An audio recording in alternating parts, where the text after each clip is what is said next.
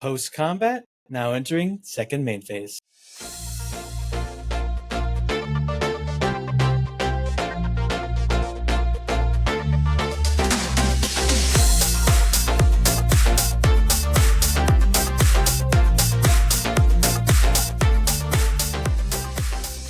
Hey, welcome in everybody. This is another episode of the second main phase, a competitive Magic the Gathering podcast. We're brought to you by Team Main Phase and our wonderful sponsors, Kangaroo Tales and the Man of Vault. I'm one of your regular co-hosts. My name is Jason Cornell, and with me, as always, is Doug Bailey. Doug, how are we doing today? Hello, I'm just very, very tired today. I'm trying to push through. Been a busy boy.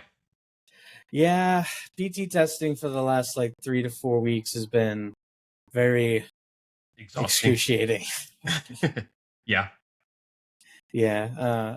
As many people know, the Pro Tour is next Friday, and we've been preparing for the PT with the PT testing team. With that being said, I will be in Vegas next week, so we will not be having an episode next week. So we kind of wanted to have a very good episode about Standard, about where Standard is for the PT. Yeah, so today's episode will be kind of a primer for what's happening at the PT. Hopefully, we'll be able to kind of steer people maybe in the right direction a little bit there. And also, just past the Pro Tour, we've got Cincy just around the corner, right? Which is also going to be Standard. So we can kind of look at this maybe as a little bit of a primer, a little bit of a Kickstarter for, hey, Standard is, on the menu. Yeah, we've been kind of modern focused because of the RC DQs and the RC season, but we've got some Standard stuff coming up around the corner. So let's turn our focus to that for a little bit. That's kind of what we got planned for today's show. Yeah, and I'm kind of upset at you. Oh, why? What'd I do? I got a haircut. You said nothing. I said you looked rude. Beautiful. You got to tune in for the bonus material to know that. Sometimes I just want to hear you say it. That's all. Doug, you're looking dapper. Looking dapper. I like the clean cut we got today. We're looking good. Good. I feel like a person again. It's crazy. So yeah, like we said, we're going to be doing some Standard talk. What else we got lined up for the folks today, Doug? Yeah, we did have some questions, so we're starting a new segment. We do. We kind of are trying to roll out a little bit of a new segment here. So we've got kind of like a mailbag question. We're still kind of workshopping it a little bit, so we're not sure what we want to call the segment. Maybe hopefully some fans, some of the audience here can chime in either on Twitter or in the comment. Let us know what you guys think, what we want to call this, but we do have a kind of a mailbag question that we're going to go over, and we're going to try to use that as a kind of a regular reoccurring segment on the show. Main phase, mailbag, it's the main phase, mailbag. You got questions, we got answers. Main phase, mailbag, it's the main phase, mailbag. That was awesome, Doug. All right, so this week's question, our inaugural question, if you will, is this was from Twitter, right? Yeah, it's from X, from our dear friend Kevin on Humans. Yeah. So the question is from Mike B on Twitter X, and says, "I'm trying to qualify for the RC this season, playing Boros Energy. Given that both of the hosts are proficient with the deck, what tips can you offer to help me level up? Or are there lines that may seem unconventional that are more correct to make that I should be looking for?" So, what are some of those unique situations that I think Mike's kind of asking about here? So, Doug, you want to kind of start us off with maybe trying to answer that?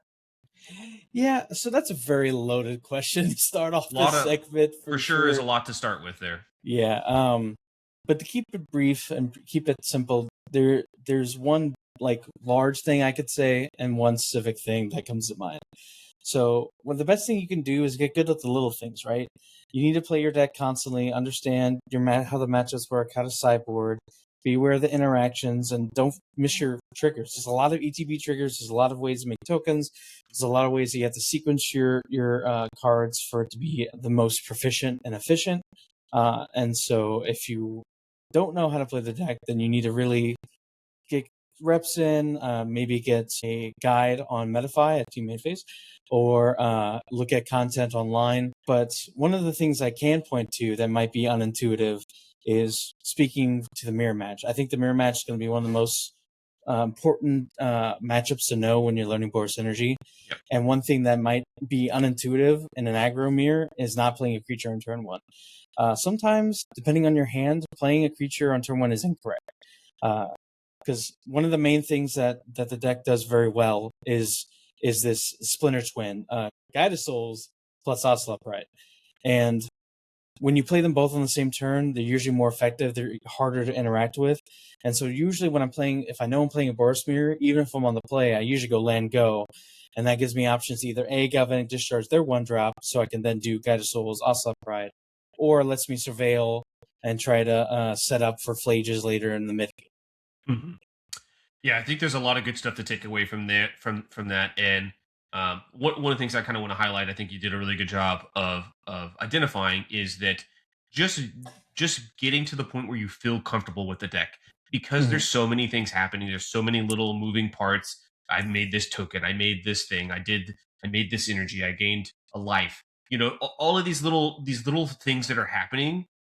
Getting super comfortable with that and letting that be autopilot for you is so important, because now you're not trying to think and remember all the little stuff that's happening. You're actually paying attention to the game, thinking about, okay, where's my opponent? What has my opponent showed me? What have they done? Now I'm starting to play around, starting to think with what cards they have. What am I, am I about to get pest controlled here? What are the cards? What are these things that you're playing the game instead of having to try to remember how to do all your triggers and did I do all the little things, right? Get really comfortable, really familiar with that little stuff, so it's autopilot for you. Save that brain power for the important stuff, not doing, did I make my token? Did I gain an energy? Did I gain a life? Those kind of things. That's a really big thing. If you're having to think on that stuff a lot, it's going to drain you. You're going to miss stuff. You're going to walk into stuff because you're just like, oh, I did my thing. And then next thing you know, your opponent, is playing something and you just didn't even think that that's where we were in the game, right? So that's one big thing that maybe seems sort of fairly obvious, but I think just really understanding, getting to that autopilot for that is a really big comfort level for me. Yeah, and to kind of go off you, the deck makes a lot of tokens. I think it's very important that you have all the tokens with you and to have them separated, because also like saving time, like having all those cards separated so you can just, okay, Johnny comes in, I get this cat token. This cat token comes in, I can get this. I think that's very helpful. And kind of also to add to like the getting good at like, just the repetitive stuff, the base 0, like the base level lines is also like keeping in your head city blessing count, right? I think that's something that I don't see a lot of people do, or they kind of forget. Is one of the main things that Boros Synergy does well is getting to the board very quickly. One of the ways it does that is with Ocelot Pride. So like being cognizant of how many tokens are on the battlefield. If you play certain cards, how many tokens you're going to get on that turn to maximize the effectiveness of getting to the city's blessing fast really can help you get a lot of wins in the mirror match and against other linear decks, things of that nature. So just keeping that in the back of your head. For sure. And I think that's another good point too, is just having the right tokens. And I'm not saying go out and buy all the tokens. You don't have to do anything crazy like that. But whether it's get the little checklist cards that come in a lot of packs, right? I'm sure you can find that. Either you've got some laying around or you can get them probably pretty cheaply, and just write the right thing on there. But having the right thing kind of fit all of that, and again, letting all of that become second nature for you, and you're not having to think, okay, what was the right token? Do I need the 2/1? Do I need the 1/1? That kind of stuff. It just shortcut all of that so much for you, so that you're ready to go. It really lets you kind of focus on the game and not having to worry about all of the game objects stuff. And what you're talking about there with how to play the mirror match is going to be another really important tool, right? Find some resources for it, whether that's watching some videos, watching some VODs of stuff, of finding a guide on Metafy, those kind of things. Grab your buddy, jam the mirror match. I don't want to get us too far out of control here, but I think we've kind of given some good ideas, some good things to think about that are just really important. Get comfortable. Yeah, for sure. And I think you got this, man. Like, just you got to believe in yourself as well. If you keep playing the deck, you're gonna get it. It's gonna be all right. You're gonna get it done. Yeah, build that confidence. You're gonna build that confidence. You know you can do it. And as you start feeling more comfortable with it, you'll really see that the results follow that. Yeah, for sure. All right, so thank you so much, Mike, for that mailbag question. Let's talk about some standard. Where what's things have been Ooh. changing pretty big, right? We've got a new set that's No, come out, right? Everything's different. It's no longer just the Izzet world, and we're living in it, right? no, it's still oops all, is it? Oops, all Steve Vince is the Oops, best land, huh? is it again? I killed Uh, your guy. No, it's a lot of is it? It's I think there's some hope with the new cards, yeah, but I think so. it's just a lot of is There's a lot of is it flying around. So why don't we start there? it? Why don't Yeah. we kind of do a quick little breakdown, recap for where standard is right now? What have we been seeing pre Strixhaven? And then we'll talk maybe about some few cards that can go into some archetypes, maybe go into a new archetype, and see where that kind of takes us from there. So I think there are 4 tiers uh, in the current metagame right now. But I think most of the action is going to be in tier one. So the tier one, we have mono green landfall about 16% in the last 14 days, according to Goldfish. We have two different similar Izzet lists. We have Izzet Self Bounce at 13.2 and Izzet Prowess at 10.3. I kind of lump those together because really the only difference between those two is when they label Self Bounce, it's mostly just Izzet Prowess without Otter, with up to 4 Eddie Merc crabs in the main deck, and then Mm-hmm. usually playing anywhere from 0 to 2 get outs and 1 to 2 roaring furnaces. Whereas where they label Izzet Prowess is the more aggressive Otter version that also Wild runs ride. usually 2 Eddie Merc. Yeah. Both lists could run Wild Ride. Some of the Self Bounce does, some don't. Um, really, the main characteristic is that one is playing 4 crabs and no otters, and the other one's playing 2 to 3 crabs and 4 otters usually. So if you combine both of those, that's about 25%. And you have Demir Executioner at 12.6, Izzet Spelementals at 9.8%, and then rounding out the tier one, we have Izzet Lessons kind of on the downswing at 6.2. So if you add up all the Izzet decks, we're looking at almost 41% Izzet decks at the tier one.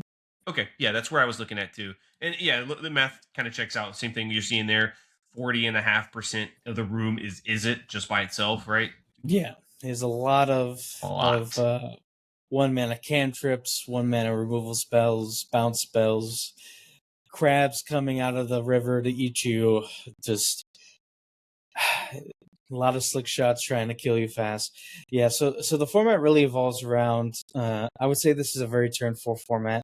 It's a very, you're dead by turn 4, or you stabilize the board by turn 4, or you started to chain crabs or sunder flocks by turn 4. It's a very fast format. It's very interactive in the first couple turns.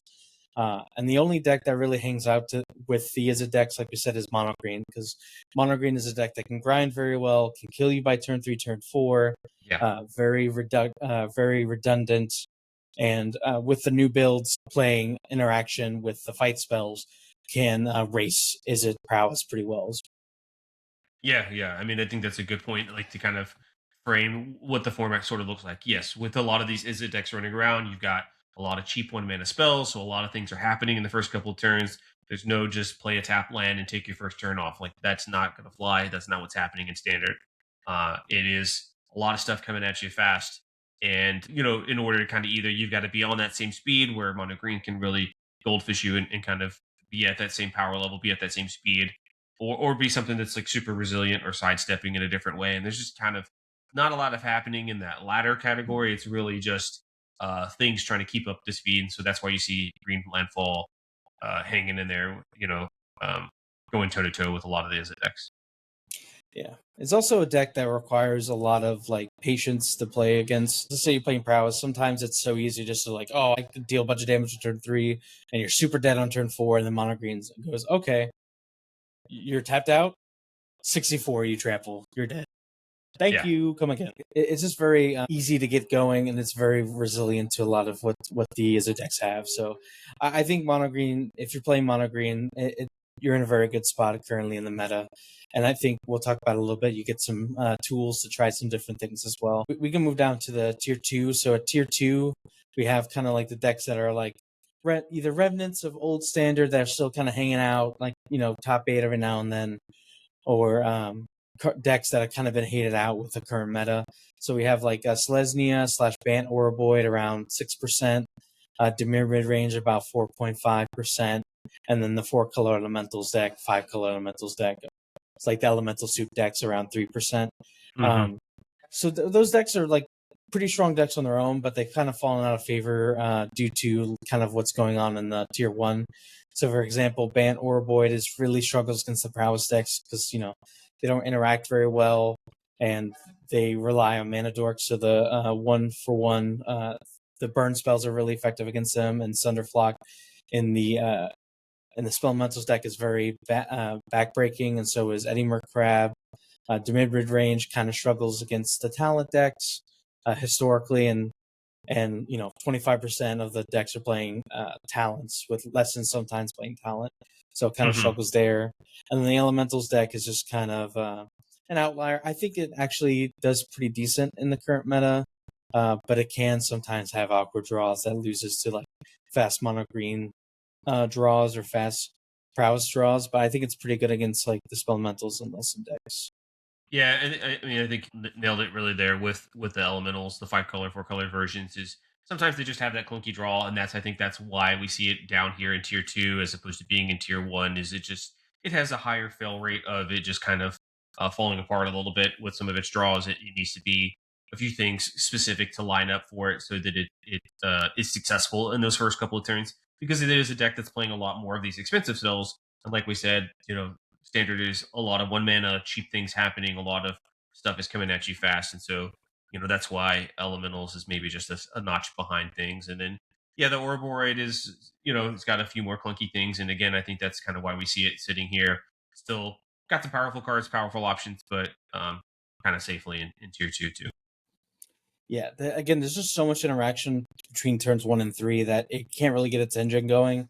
It found a lot of success a couple months ago because there wasn't a lot of decks that had that good interaction, and that was just able to turn 3, turn 4 kill people pretty consistently. But as the format's gone faster and Sunderflock's being pretty prevalent in the meta, it just can't really find its footing.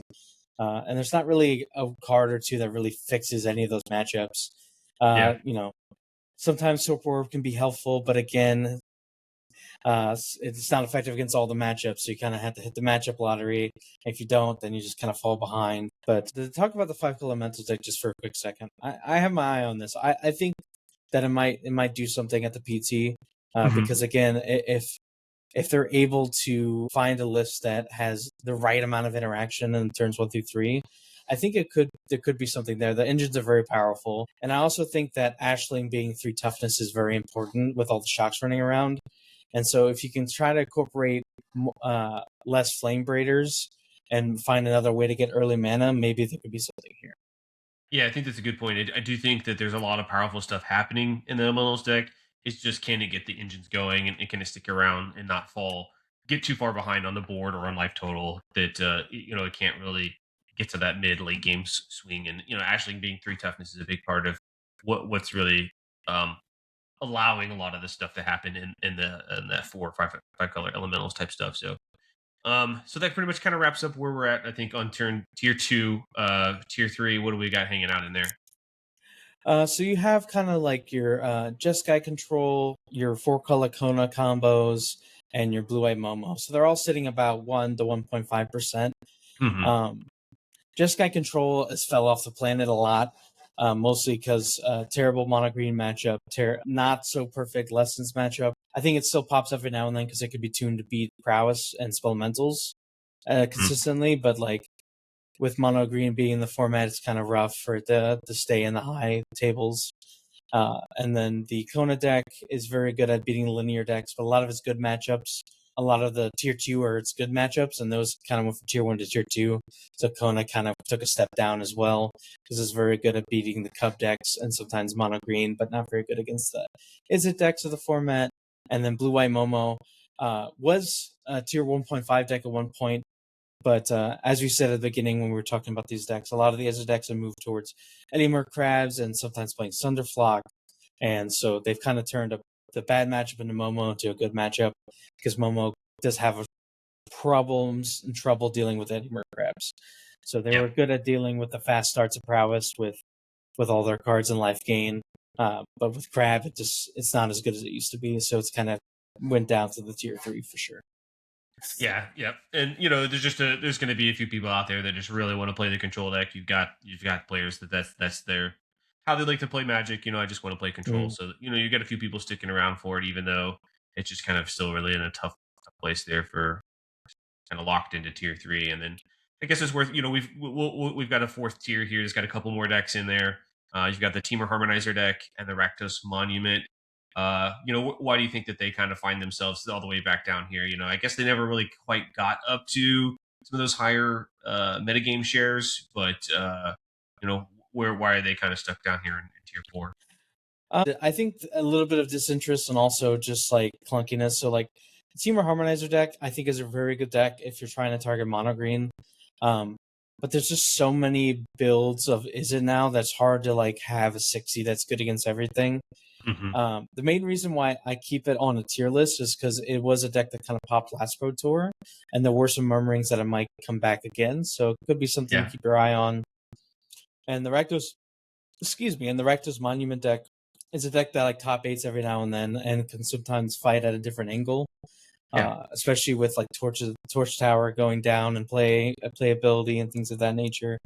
That sometimes it can really be the right deck for the right tournament. But I do think that it struggles a lot against the otter version of Izzet Prowess, and it's slightly unfavored against mono green, so it kind of gets stayed down. Also, it can't really beat the tier 2 decks of 5-color elementals and or void. Yeah, I think that's pretty fair. Yeah, the Harmonizer deck definitely looked really strong at one point and just kind of, I think it's lost some of those good matchups and it's replaced those with some more difficult matchups, and it hasn't really evolved quite enough.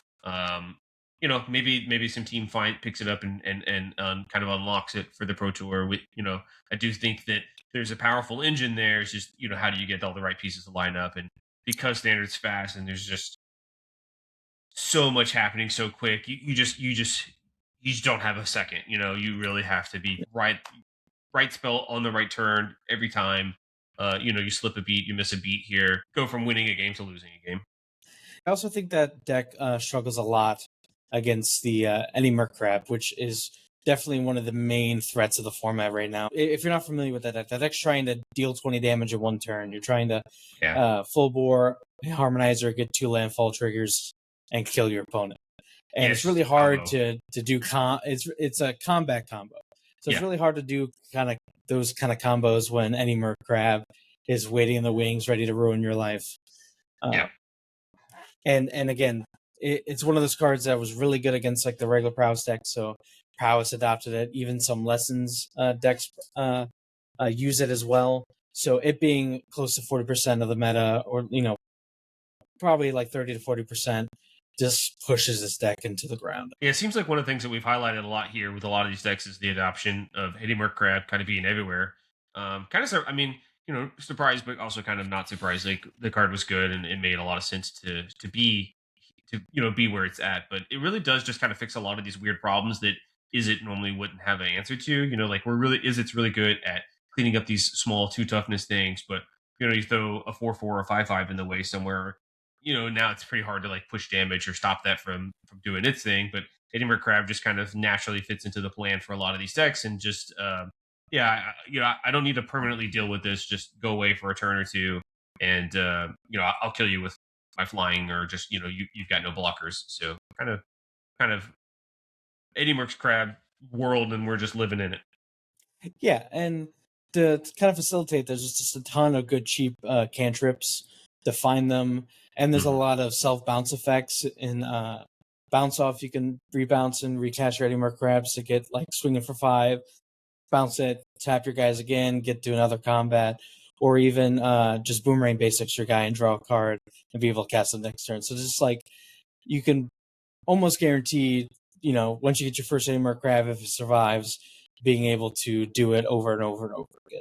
Yeah, Get Out's another option that we see in a lot of these decks that can kind of give you that same versatility. And it's just a lot of versatility in the way that their cards kind of work, and they're just super consistent because of the cantrips. And so yeah, as an Izzet fan, I like where things are, pretty happy. But So that's kind of where the metagame sits right now. We've kind of got that broken down, like I said, in those 4 tiers for you.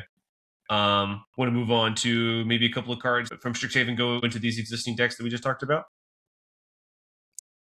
All Yes, right. sir. Let's do it. Let's do it. So why don't we just start at the top? What's sitting on the top of the metagame right now? We've got the mono green deck that we've talked about, landfall. Do we think anything come from Strixhaven that we could see making its way, or cards that maybe people are trying?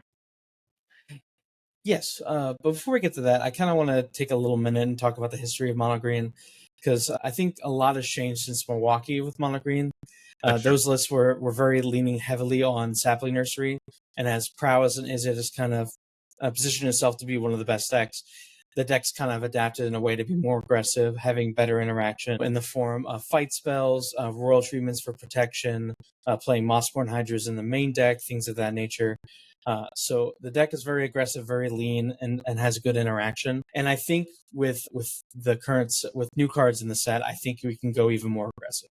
So the card that really sticks out to me that could change mono green even more is a planar engineering. Okay, so let's just just because with Strixhaven is still fairly new for everybody, so why don't we read? I'll read that for everybody at home. Planar Engineering is a green and 3 for a sorcery. Sacrifice 2 lands, search your library for 4 basic land cards, put them onto the battlefield tapped, and then shuffle. So obviously we get a ton of landfall triggers that can kind of speed up a lot of things for us. And it's pretty easy for the green deck to kind of just jump up and hit 4 mana and be able to do this pretty quickly, right? Yes, so you have Leonard Elves and Badger Cup as your main mana ramp uh, on turns 1 and turn 2. So getting to 4 mana on turn 3 is pretty trivial for this deck for sure. And the reason why I think this could make decks more aggressive is because getting multiple landfall triggers in one turn is very beneficial if you're playing Mossborn Hydras and Chocobos, Mm-hmm. and it could even get better if you're playing something like Bristly Bill. If you remember, old versions of the deck played Bristly Bill. It was a 1 and a green for 2/2. Whenever a land entered, you could put a counter on target creature, and then for 3 and 2 green, you could double the amount of counters on each creatures. So Yeah. if you have 4 landfall triggers in one turn, that really brings Bristly Bill's uh, ceiling much higher. So I could see a version where you're playing the 4 elves, 4 chocobos, 2 to 3 bristly bills, playing 4 mossborns, 3 to 4 harmonizers, and playing 0 ice stills and 4 of this card, and just maximizing on the explosiveness of this card and being able to apply a lot of pressure by turn 4. I think you would want to supplement that with anywhere from 2 to 4 royal treatments for protection and Mm-hmm. good interaction. But I think this deck could be very explosive. Now, I would have to test, and probably the PT testers right now are testing whether or not that plan is good against Eddie Murkrab. Yeah. That's to be seen. But it is definitely an avenue that could be interesting. Yeah, so just to kind of go back to that really quick with the planar engineering. So I mean that just kills you pretty much straight up, right? You go Mossborn Hydra. Like let's say I have Elf on turn 1, I have Hydra on turn 2. On my turn 3, I play a land. I planar engineering. That just pretty much kills them, right, Doug?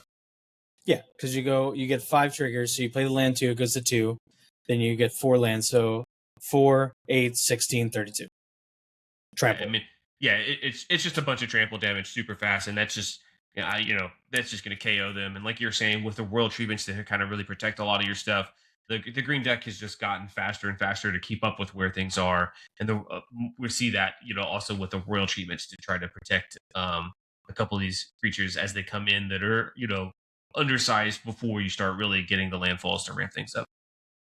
Yes, and if you want to get even crazier, you could even mix in Michelangelo Weirdness to 11, the two mana 1/1 that doubles the counters Hmm. that go in your creatures, and you can have even more damage and have less landfall triggers. And also really works with Bristly Bill. You can have humongous, disgusting boards on turn 4. I don't know if that's the right direction, but it is something to consider. It could be interesting. Yeah, I mean, there's definitely some options here, right? That I think it's a good a good thing you point out, right? Like we haven't seen a lot of people probably try Michelangelo a ton, and with the some of the new Strixhaven things, there the green deck is not solved, right? There's enough stuff that we can try out and see how that changes some matchups if it gives them an edge in different matchups, or maybe they lose a step in a different matchup for whatever reason. But yeah, I think there's some interesting things still with the green deck and how it's kind of evolving. Yeah, and even if that version isn't the version that's going to the future, I think there are some cards, at least one card that pops in mind that could be like a good sideboard option. Get some of the spellmental grindy decks, and that's the Imatress of Abundance. Mm-hmm. Yeah, we've seen that come up in a few decks, I think, already, right? Mm-hmm. Or at least people are trying it. And just to remind Yeah. everybody at home, the Emeritus of Abundance is the 3 mana, 3/4 vigilance that enters prepared. It's the part of the new Emeritus cycle with, and its spell that's attached to it is Regrowth. 2 mana green sorcery, return target card from your graveyard to your hand. So 3 mana, 3/4 with vigilance. You've got the Regrowth ready to go because it enters prepared, and that gives you a little bit of just insulation, I guess, is kind of the word I'm thinking of. So one of the main engines of the deck is the Ice Tail with fetch lands milling your deck. So this could be like a nice thing of like when your opponent's playing, let's say, Spelementals or Lessons, and they're interacting with your creatures, being able to rebuy, some of the threats that you milled with an Ice Tail, or even buying the Ice Tail itself. I think it really gives the deck some inevitability, some more inevitability than it already had. And it could be a nice one of, especially if you're playing Archchurch Charm to search up in those like kind of late game situations. So I'm not saying it's going to be guaranteed in the 75, but it's definitely worth consideration and worth testing. And I think PTT teams are looking at this card and thinking it could be good enough. Time will tell, obviously, but definitely something worth noting. Yeah, I mean, we've seen a lot of versions drop the number of Archjewish Charm to allow them to have the space to go faster, to get more royal treatments in the deck, to get more Mossborn Hydras in the main deck. So it'd be interesting to see how the green deck shifts with some of those adjustments. But yeah, I mean, it definitely seems like a pretty nice tutor target where, okay, now I've got this regrowth on a stick that, 4 toughness is pretty enticing for a lot of the red stuff, and just a nice, a tutor target, like I mentioned, to kind of go grab some things. So kind of just a mono green deck. There's a lot of stuff that it's still kind of evolving, and we'll see where kind of goes after PT. Yeah, kind of move to your point in regarding to Archer Charm. I'm a big mono green truther. I've been playing a lot of mono green. I did like okay at Milwaukee with mono green, and even as the format evolves, I still think, and I will die on this hill, that one Archer Charm is correct, because the instant speed removal can be very important, especially when your opponents aren't thinking about it, and just being able to tutor any of the main creature value engines. So either the Ice Steel Explorer or the Harmonizer is still very relevant, and you can sometimes miss on those creatures. So I think if you're playing mono green, I would always push for at least one. Try to find room for it. Yeah. There's got to be room somewhere because it's just so versatile and so good for what the deck's trying to do. And even like finding the land can be difference between winning a match and losing a match because that one land drop could matter. Yep. Yeah, I can see that. It's definitely a powerful card. So, all I'm right, a we've truther. talked to. Now that we've kind of got your stinky mono green out of the way, we can start talking about some beautiful Izzet cards that I'm very excited for. Oh gosh. Yeah. um, first big thing that I thought that I saw when I was looking through, Strixhaven was Flow State has stood out. I'm sure people have heard it on other podcasts and Twitter and X, and it's everywhere in between probably by now. But it does look like a powerful card. It looks like it can go in a lot of these Izzet decks. I mean, we talked about it at the top of the show. Izzet is probably 40% of the room right now, at least before the PT, before we see what teams bring and how things shake out. But Flow State's got to look like a big winner from this set, right? Why did they print better Expressive Iteration? Expressive Iteration was banned in Standard, banned in Legacy, banned in Pioneer, which is not a real format, and I will die on that hill. Yeah, well, it's just not. I just Sorry, don't understand. Sorry, Pioneer. I just don't understand why they thought this was okay, especially with all the good sorcery spells that we have in the Izzet colors.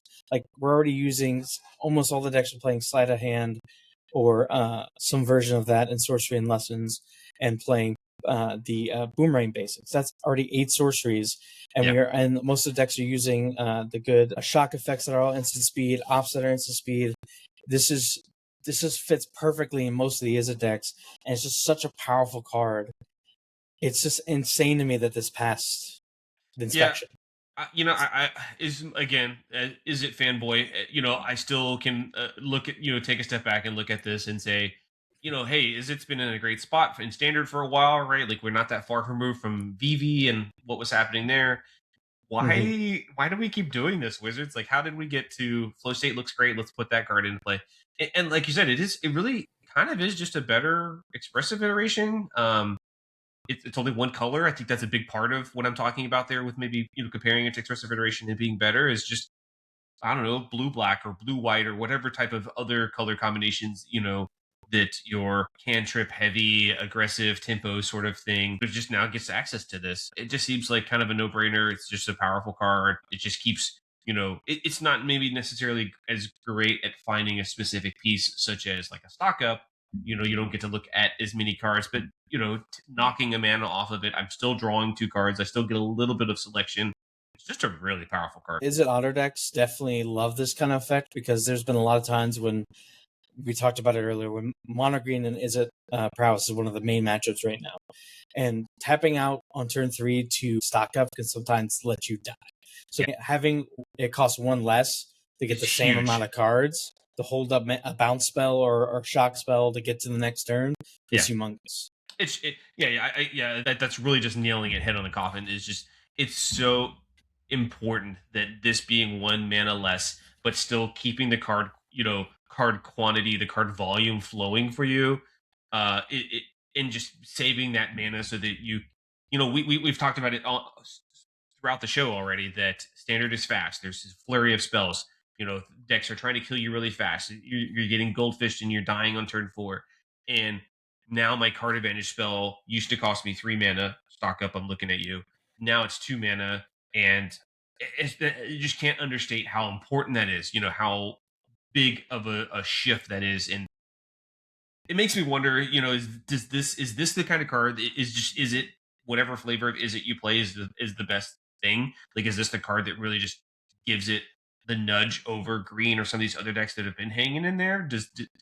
Am I crazy to kind of even frame that question in that direction? Like, No, I don't think it's crazy. I think it changes some of the numbers. I don't know if it pushes non-Izzet decks out of the format. mhm. I think a cantrip wouldn't be able to do that, but I definitely think it could help further improve Prowse's matchup against the mono green deck and some of the faster green decks like Cub. Just because again that the mana matters a lot.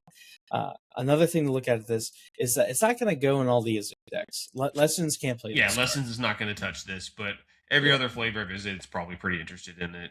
yeah. Elementals, The prowess. Spellmentals deck it might not as much in high numbers. Um, they might not be as interested in this card because again they rather have instant speed cantrips. But I Sure. definitely could see them, in some iterations playing 1 to 2, maybe a playset if they were a different build. But I mainly see this as a prowess card and like going forward for the next couple of years for standard. And whatever blue X tempo deck, I think this card will slot in perfectly. Yeah. And when compared to the other cards, this card's going to have a lot bigger impact on Magic because I think it's also going to affect Legacy a lot. We're already seeing in the preliminary Legacy events, 5-0 is a Delver with 4 flow states, and Magic players I respect are saying this card's insane in Delver. They knew it was going to be insane. They tried it. It is insane. And as it is a Delver and an owner of 4 different Civil Arts, I'm very excited for Legacy for this. But I think this is going to ruin Standard for a little while and definitely is my early watch for Yeah. Bandless card. I mean, I think that's a good point. I think this card slots naturally into these older formats, and it's fantastic there. And if this card's powerful enough to be there in Legacy, Modern, um, what's it doing here in Standard? So, Mm-hmm. I don't want to rain on its parade. Let's play the card some and see what happens in Standard. See how the metagame shifts. It's not like oh no, like you said, at the end of the day, it's a draw spell. It's not going to win you the format or lose you the format or win you or lose. I mean, card advantage is going to help obviously, but I don't think it's breaking the format, I guess yet. So I don't want to rain on its parade before it even gets a chance to show up. But it's a card I'm very excited about. I think it's going to, like you said, probably prowess those aggressive red. Is it decks are going to really want to lean on this more than obviously Lessons. It's got a different draw engine. I'm excited for it. I think it's obviously a super powerful card. 100%. This card gives me nightmares. I have a cold sweat after looking at it again, getting ready for the podcast. I had to take my anxiety medicine. Like, I was hyperventilating just thinking about this in Cincinnati and in Washington, D.C. Luckily, the PTQ in Vegas is modern. And I'm playing Boros. I already have a good Prowess matchup, so I'm okay. Yeah. It's going to be okay. I hope so. I think it's a fun card. Let's see what happens. But like you said, this could be something to, Watsy's going to keep an eye on and see how the format evolves. But speaking of good blue cards, there could be some other good blue cards in this set. Another great, very cheap draw spell, Ancestral Recall. You trying to put an Ancestral Recall in your deck anywhere, Doug? So I was talking to a good friend of the show, Oaf McNamara, Scott McNamara, one of the weirdest standard minds there is. Good man, better person. And I was kind of picking his brain because I don't play a lot of Executioner. That's one of the decks kind of fell downwards in the tier 2 after the PT and it's kind of resurged as it kind of found its identity in the format and kind of adapted to beat the faster decks, like the Facet Prowess draws. And as things kind of slow down slightly with the crab tech, so it's kind of resurged as like a tier 1 deck because of like those changes in the meta. And so I was trying to think like what cards could possibly be good in that format. And he said Emeritus of Ideation could be something, an alternative win condition for the deck. Yeah, I mean, there's a lot of baseline stuff to like here. 5 mana, 5/5 flyer, War 2, Interest Prepared. Maybe not the sexiest stat line, but it gets the job done, and it is an additional threat that, hey, a 5/5 flyer is going to end the game pretty quickly. War 2 is nothing to sneeze at. And if you just have some mana laying around, you just get to cast Ancestral Recall. And I think a lot of people are going to be pretty excited about that and going to want to try that. And they think they should. I think this, on face value, this looks like a powerful card. And I can definitely see it going in some of these control style decks. And, the best place sort of the deck that's shown that it can kind of hang with our tier 1 is the Dimir deck, the Excruciator deck. And so this could be a really powerful tool for that deck. Yeah.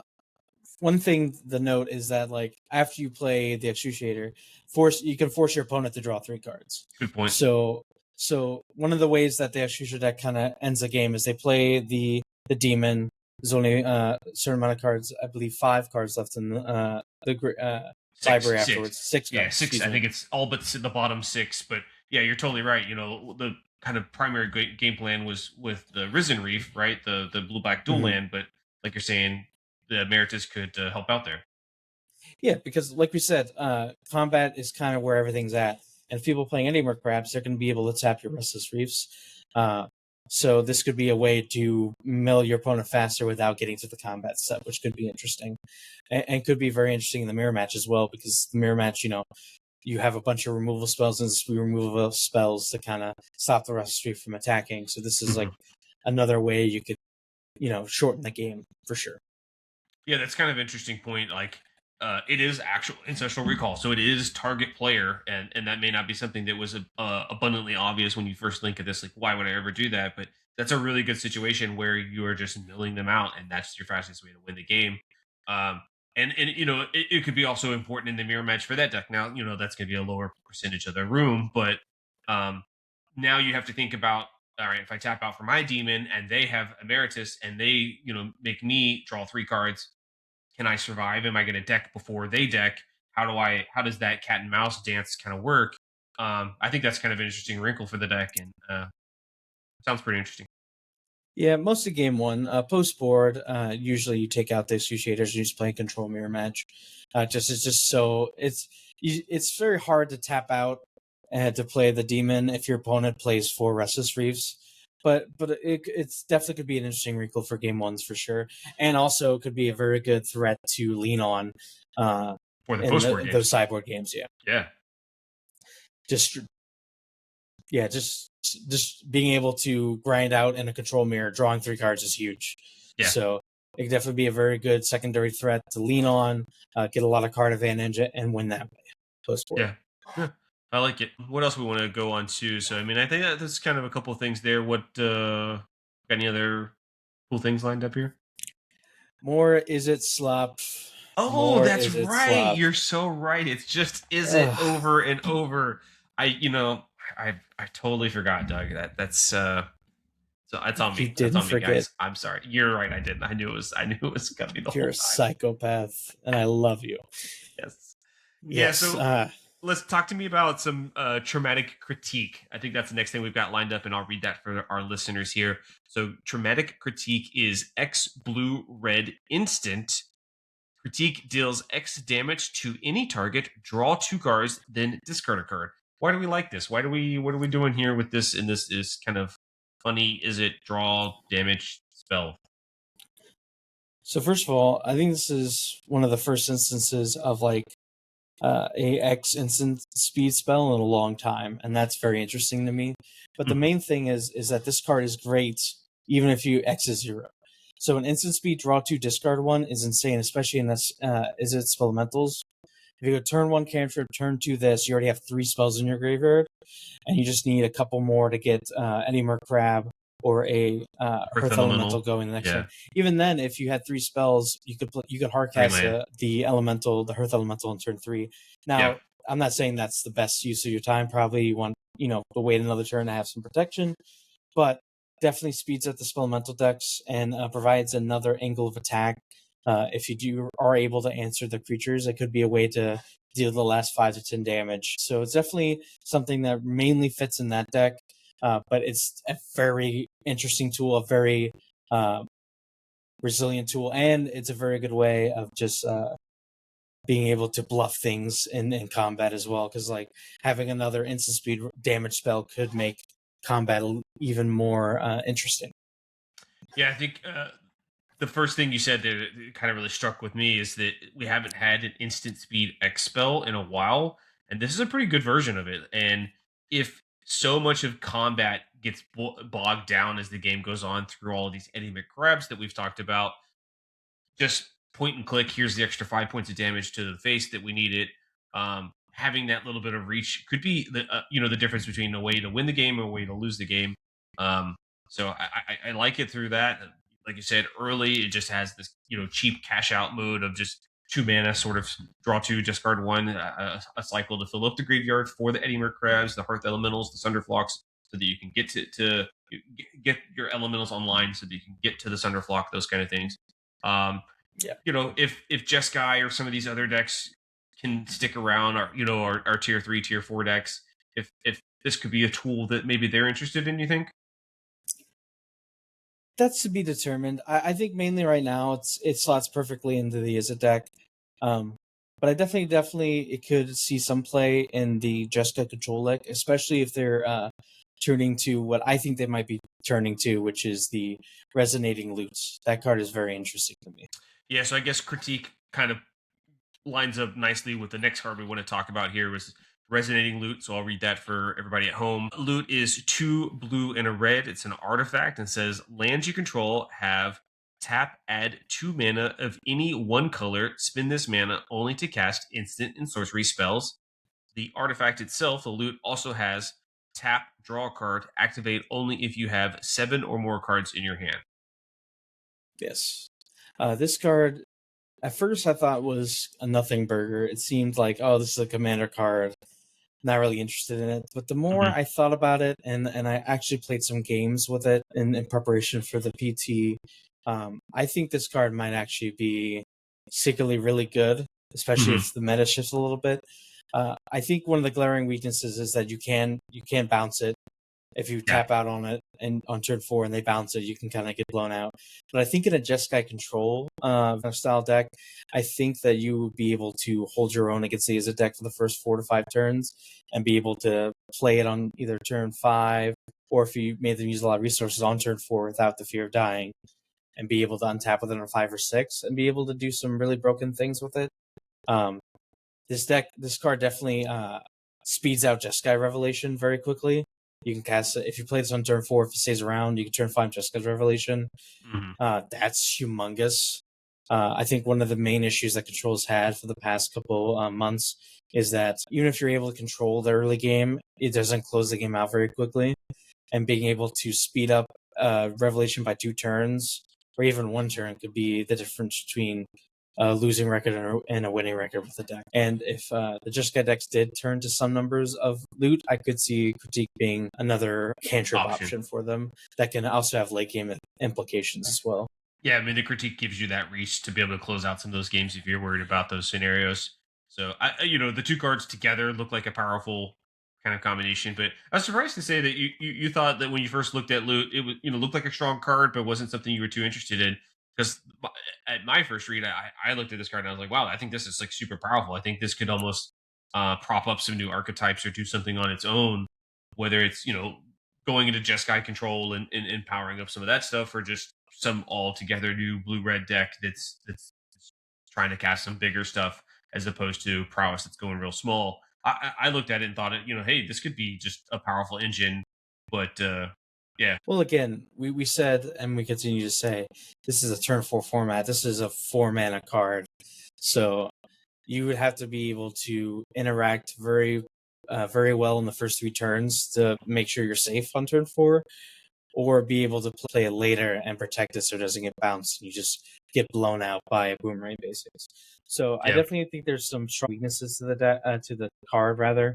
But I think there might be some control sicko out there who's figured out like a way to get through it. But I'm definitely I think there might be some loot decks at the PT. I think that would be very interesting. Again, if it can get through the Izzet decks, then you already have a good selling point for me. Yeah, I mean, you're right. I mean, like I said, at first glance, I was really excited about the potential with it, but as you kind of either play some games with it or let it run through what's really happening in Standard, you realize that a 4-mana do nothing sort of spell, a setup spell that lets you do things, it really powers up your following turn. But if you don't get another turn, what did it really do? And like you said, in a lot of key cases, you can just bounce this, right?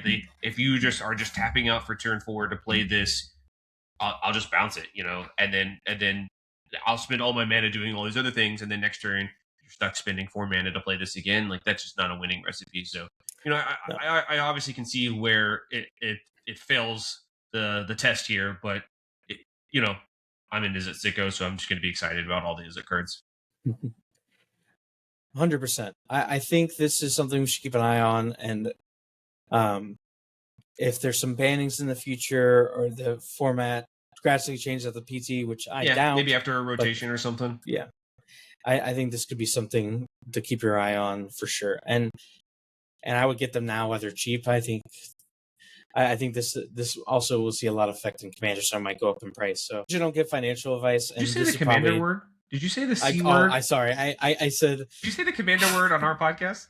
I'm sorry. I'm gonna have to take down. Right. I said a no word. Stop the show. He's out of here. No, all right, we're looking for a new host. We need a new host. Whoever needs it can get in here right now. Finish this filming. Yeah, but I think you're right, though. I do think it's a card that is probably poised to go up in price, and so picking up some now is probably good. Yeah, I usually don't give financial advice, but I think this might be a pretty safe bet because I whether it's a year from now, 2 weeks from now, I think this card's going to see play in Standard for sure. Yeah. What about, is it any chance that you think it sees play in like Modern or some other crazy format? Does it do something broken that we're not thinking about there? No, right? Not good enough? Okay. All right. If a 4-mana do nothing is not good enough for Standard, do you think in the free spell universe of Modern Legacy? Okay, yeah, you got me. Pioneer, maybe. Okay, sure. I kid. I'd rather go back and talk about Commander. Anyways, so the that was kind of the big couple of things. Why don't we, that was kind of the big cards that we wanted to cover, right? I think, but I'd like to talk about some interesting lists maybe we saw in some of these challenges. Right now that Strixhaven's been out, people are getting to kind of try some of this, try out some different ideas. We saw some kind of interesting deck lists and some challenges and some leagues here already that we've got to kind of take a quick look at what people are trying out there. Yeah, so by the time this is filmed, there's been at least one challenge with the new Strixhaven cards. A lot of the decks weren't trying new cards that we talked about. I think a lot of people just either couldn't get the cards or just didn't want to try it for a challenge. They wanted to make sure they top 8, stuff like that. Didn't want to take a chance. That's whatever. But this user, DB underscore Ruda, took an interesting Golgari midrange deck to top 8. Yeah. It was riddled with new cards. There's definitely a lot of kind of neat stuff that they're trying here, and I don't really know where it's going to go, but we want to at least have something to highlight to let people kind of hear some directions. Maybe you could go with some of the cards we haven't talked about. So, what jumps out to you first when you look at this list? Like you said, there's a ton of new stuff here. Where does your eye go when you first look at it? Abstractly, that brewing is not dead. I think it's too easy when we get in these Izzet heavy formats that people don't brew anymore and just play the best deck. So I applaud this player for trying something new and finding some success. Agree, like 100%. That's awesome. Something. I definitely think that the card wise, the things that jump out to me most is Professor Delian Fell. Am I saying that correctly? I don't know, but they'll let us know in the comments because they're going to say "Good job, Doug" or "We're stupid. How can you not read?" Classic. I mean, that's a classic Doug problem for sure. But that's a very powerful planeswalker, and 4-mana planeswalkers that can immediately go up to I believe 8 loyalty is pretty huge, and being able to drain your opponent for gaining life is definitely an aspect of damage that could be hard to interact with. And why don't we read that really quick for the people at home, just in case anybody's not familiar with it? The Professor Delian Fell. It's like I said, it's 4 mana. It's a Golgari card, so it's 2 black and a green. It is a legendary planeswalker, and it starts with 5 loyalty. Its first loyalty ability is +2. You gain 3 life. Second loyalty ability is 0. You draw a card and lose 1 life. Its third loyalty ability is -3. Destroy target creature. And the fourth and final loyalty ability, the ultimate, is -6. You get an emblem with whenever you gain life, target opponent loses that much life. Yeah. So I misspoke earlier. It's 7 loyalty, but you can ultimate next turn on the second turn right it's away. in play. Yep. So what really stands out to me from a planeswalker standpoint is that this card kind of does everything you want a planeswalker to do. It has a plus that adds a lot of loyalty to the planeswalker. It has a 0 that doesn't affect loyalty at all, that can cantrip. It has a minus ability that can affect the board and keep the planeswalker alive. Yep. And it has a emblem that could end the game in a couple turns. Yeah, I think you're totally right. The +2 gives it a ton of loyalty very quickly, lets it go out of the range of some shocks and little chip shots from combat damage. The 0 that gives you card advantage, so you're just drawing more cards and kind of hoping that snowballs. And the minus is just destroy creature, right? So it has that sort of self built-in protection. It sort of checks all the box that we typically like to see in these 4-mana planeswalkers that have been good in previous standards. Things like Chandra, Torch Defiant, things like that in years past that were, 4 loyalty, 4-mana planeswalkers, 4 loyalty ability, 4-mana planeswalkers.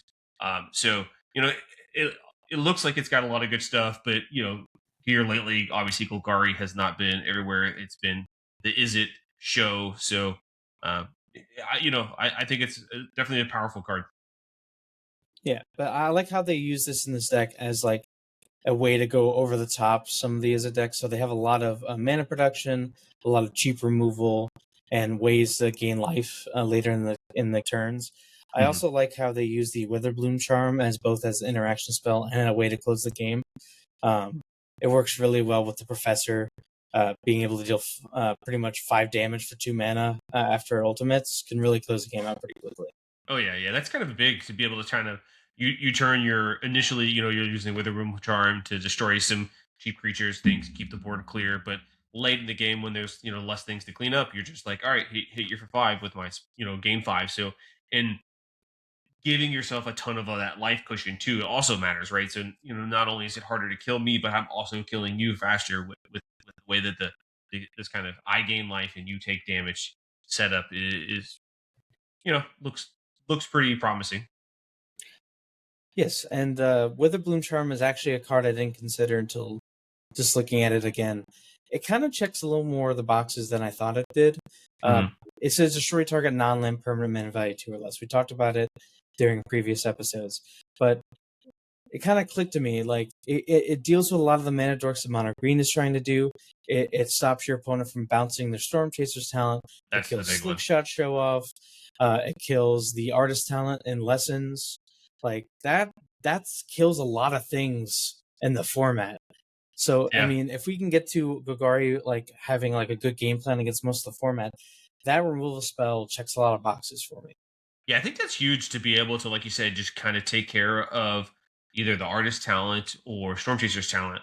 Like your prowess opponent's sitting over there and they're just ready to, all right, boomerang basics my talent, and you can, you just get to fizzle all of that, and that's a huge advantage for what Golgari has there. It's a big.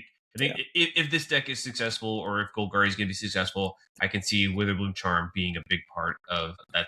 That's a success. 100%. I mean, that's just a 2-for-1. That's a honest for goodness 2-for-1 against Yep. the deck trying to maximize value. So that can be huge. Some of the supporting casts I'm a little suspect of, but I think as this player plays more of the deck and other people pick up this deck as well, and I encourage them to do so, I think they'll figure out the numbers and what can best support the Professor. Again, this is another card that maybe doesn't fit quite as well as we want it to in the current meta. But, as bans happen, things slow down. This card is definitely a lot of value and requires a lot of resources to deal with in certain metas. So this could be something just like the loot to keep your eye on. As we've kind of digested some of this, something that wasn't abundantly apparent to me till I just thought about it was the draw a card mode is actually pretty easy to set up, I think, in this Golgari deck too. Where okay, that just kind of looked like bonus text for a little while to me, but this player has 4 copies of Mosswood Dread Knight, like you might think, and that's a card that you can sacrifice to this to draw to, and then you have the ability to replay your Dread Knights. But also the thing that I think that was really smart that this player did was Sentinel the Nameless City that just comes in and makes that map. I can sack that map now to draw 2 cards and turn my Witherbloom Charms into some more card advantage. There is a pretty sweet setup. Yeah, and in a mid-range kind of meta, this would be insane. Mm-hmm. I think right now the format's a little too fast. I think right now it's a little too cute. Yeah. But definitely, if things slow down and we get back to more like a mid-range format, which a lot of healthy standards have been, Mm-hmm. I could see this like that. That kind of interaction is huge. Being able to get 2 cards for half a half or a fourth of a card is amazing value for sure.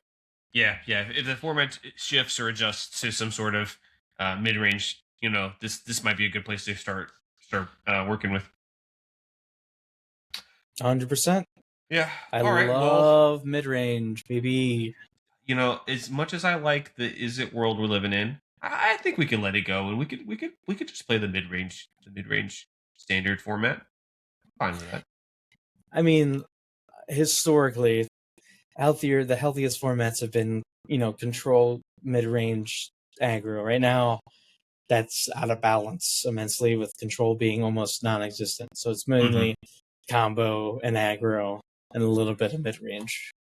So I mean, I would prefer, in the grand scheme of things, I would prefer a shake-up for sure, either with a new set with new mechanics or some bannings. But there's a new Pro Tour, things shake up at the Pro Tour, metas change. So maybe we won't see the status quo.